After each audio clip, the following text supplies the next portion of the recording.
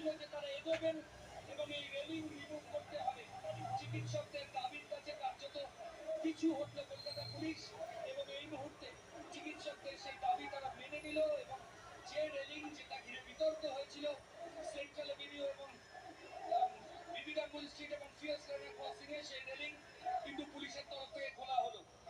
খোলার প্রক্রিয়া শুরু হলো, ইতিমধ্যে তালা খোলা হচ্ছে, শিকল লাগানো রয়েছে, সেই শিকলগুলো যে চেন লাগানো রয়েছে সেগুলো খোলার প্রক্রিয়া পুলিশের তরফ থেকে শুরু হয়েছে। কয়েকটা কথা বলার প্রয়োজন রয়েছে।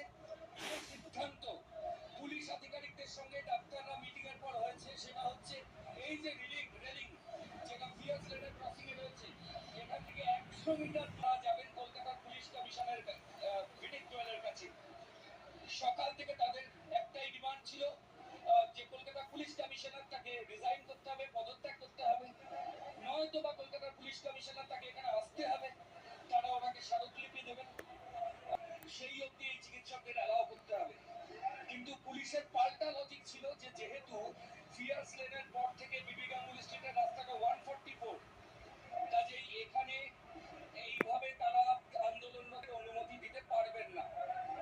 কিন্তু ফাইনালি যেটা হলো 144 ধারা থাকা সত্ত্বেও পুলিশ কিন্তু অনুমতি দিল চিকিৎসকদের, তারা এখান থেকে এগোবেন এবং পুলিশ যেটা দাবি করছে যে চিকিৎসকরা প্রতিশ্রুতি দিয়েছে তাদের একটা দাবি ছিল যে তারা এগোবেন এবং এই রেলিং রিমুভ করতে হবে। চিকিৎসকদের দাবির কাছে কার্যত কিছু হটল কলকাতা পুলিশ এবং এই মুহূর্তে চিকিৎসকদের সেই দাবি তারা মেনে নিল এবং যে রেলিং যেটা ঘিরে বিতর্ক হয়েছিল সেন্ট্রাল এভিনিউ এবং বিবি গাঙ্গুলি স্ট্রিট এবং ফিয়ার্স লাইনের ক্রসিং এ সেই রেলিং কিন্তু পুলিশের তরফ থেকে খোলা হলো। খোলার প্রক্রিয়া শুরু হলো, ইতিমধ্যে তালা খোলা হচ্ছে, শিকল লাগানো রয়েছে, সেই শিকলগুলো যে চেন লাগানো রয়েছে সেগুলো খোলার প্রক্রিয়া পুলিশের তরফ থেকে শুরু হয়েছে। কয়েকটা কথা বলার প্রয়োজন রয়েছে।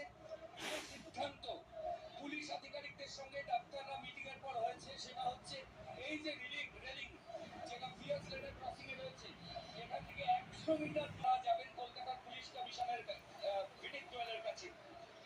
সকাল থেকে তাদের একটাই ডিমান্ড ছিল যে কলকাতা পুলিশ কমিশনার তাকে রিজাইন করতে হবে, পদত্যাগ করতে হবে, নয়তো বা কলকাতা পুলিশ কমিশনার তাকে এখানে আসতে হবে, তারা ওনাকে স্মারকলিপি দেবেন, সেই অবধি এই চিকিৎসকদের অ্যালাউ করতে হবে। কিন্তু পুলিশের পাল্টা লজিক ছিল যে যেহেতু ফিয়ার্স লেনের পর থেকে বিবি গাঙ্গুলি স্ট্রিটের রাস্তাটা 144, কাজেই এখানে এইভাবে তারা আন্দোলনকে অনুমতি দিতে পারবেন না। কিন্তু ফাইনালি যেটা হলো 144 ধারা থাকা সত্ত্বেও পুলিশ কিন্তু অনুমতি দিল চিকিৎসকদের, তারা এখান থেকে এগোবেন এবং পুলিশ যেটা দাবি করছে যে চিকিৎসকরা প্রতিশ্রুতি দিয়েছে